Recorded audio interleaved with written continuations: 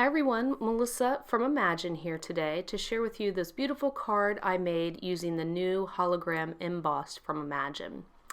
So today I'm starting with a few products I'd like to show you. This is Versamark ink, the Emboss in Hologram. This is the new embossing powder from Imagine that comes in this adorable little pouch.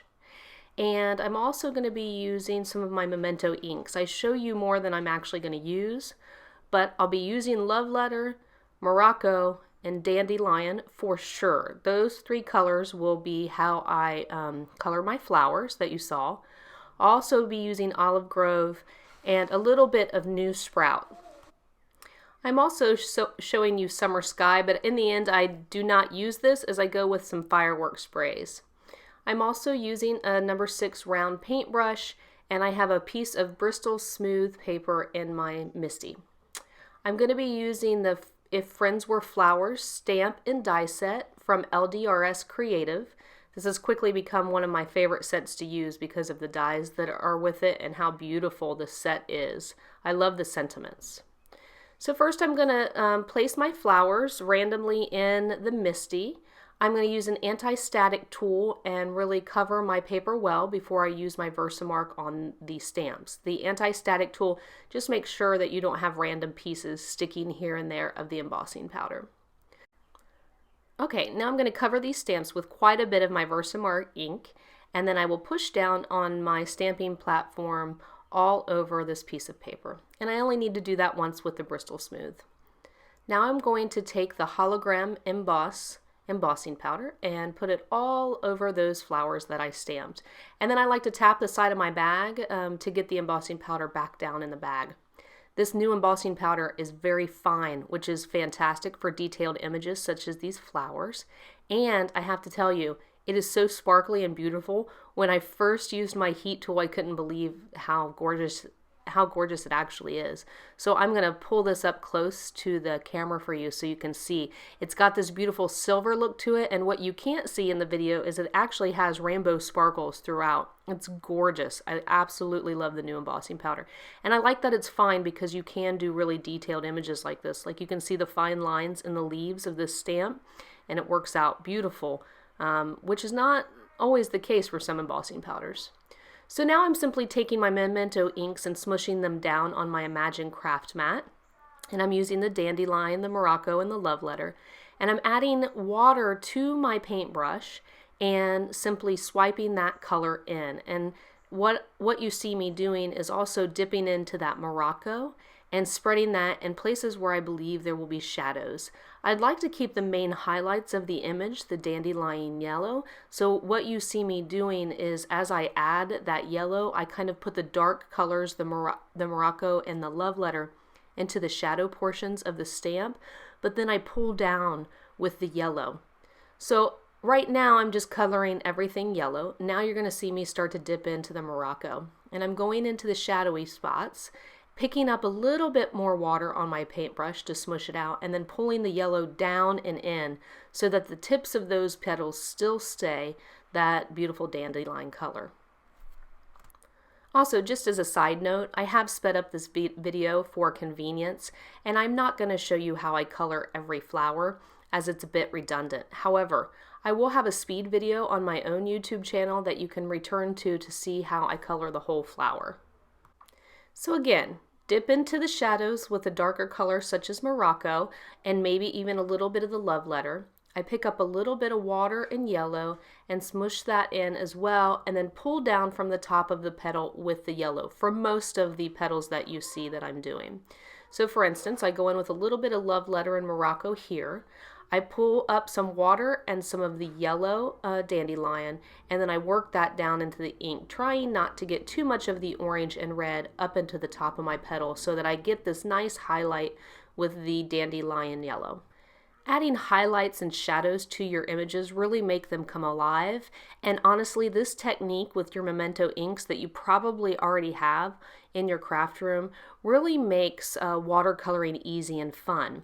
The second thing I should note is that the embossing powder that I've used, if you are not an experienced watercolor, what that embossing powder does for you and that embossed line is it keeps all of the color in you know, the flower petals so that it doesn't spread out, because it is hard sometimes to control your water.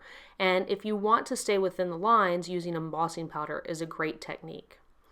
And so for the last part of this flower, what you see me doing is just kind of adding a little bit more shadow and a little bit more highlight, especially at the center of the flower, as usually when flowers are closed, there is quite a bunch of color at the top. So now you've seen I've colored each of the flowers there using those 3 memento inks, and now I'm going to go in with a little bit of the dandelion, the new sprout, and the olive grove and color the leaves. In the end, I don't think the new sprout showed up so much because the yellow, the dandelion yellow, and the olive are really bold, bright colors. And that's okay for this because honestly, there's a lot of lines in those leaves, so you just need a touch of color to make a big difference. But again, you can see a little bit there when I showed you a close-up of those leaves painted, how gorgeous that embossing powder is.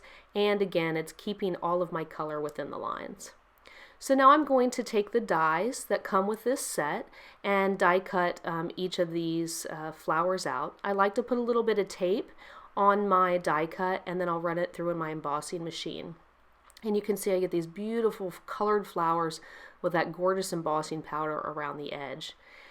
Now I'm taking another piece of Bristol Smooth cardstock, and I'm going to be using my fireworks to create a soft blue background to set these flowers on. I wanted something very soft, and I think fireworks does that, especially this summer sky color that I'm starting with. So I do put a little bit of water on my Bristol Smooth paper, and then I go to the summer sky. Now what you're going to see me do with the Dano Blue is just put a little bit using the tip, just kind of scribbling it on. I don't want a lot because I don't want a lot of that dark blue. I want this to be soft. And then I spray a little bit more water, and then and a little bit more of that summer sky in there to soften that Dano Blue, and then I'm going to kind of move it around my paper. Now what you see happening is I get these beautiful drops, but I really want the edges to be a little bit softer than that. So I'm going to take a paper towel and draw up the edges of that water because again, I don't want those harsh lines. You can still see me moving ink, and of course as I move that fireworks spray ink around the paper, it does follow those wet lines that are already there. So I'm going to touch it with a heat tool for just a second, and then I'm going to soak up some more of those harsh lines that I have there. And then I'll go ahead and heat that up. In the end, I take a die cut from Whimsy stamps and end up cutting out the blue section, as I don't need this whole piece for the card that I have in mind. If you remember, it's a small panel. So once that is completely dry, I will die cut it. Now I'm also going to take just a piece of regular white card and die cut that. These two dies actually come together in a set, so you would have both of them. And I like the layered look of the paper. I think it looks very professional. I also have an A2 size card that I've already folded in half. And now I'm going to stamp a sentiment in the Hologram Mboss Embossing Powder. And you guys, this really shows you how beautiful this embossing powder is. Again, I'll use my static tool. I'm just stamping on regular old white cardstock that I have in my stash. I'm inking up the Friend sentiment that comes in that LDRS Creative If Friends Were Flowers set, and I'm inking it onto my paper.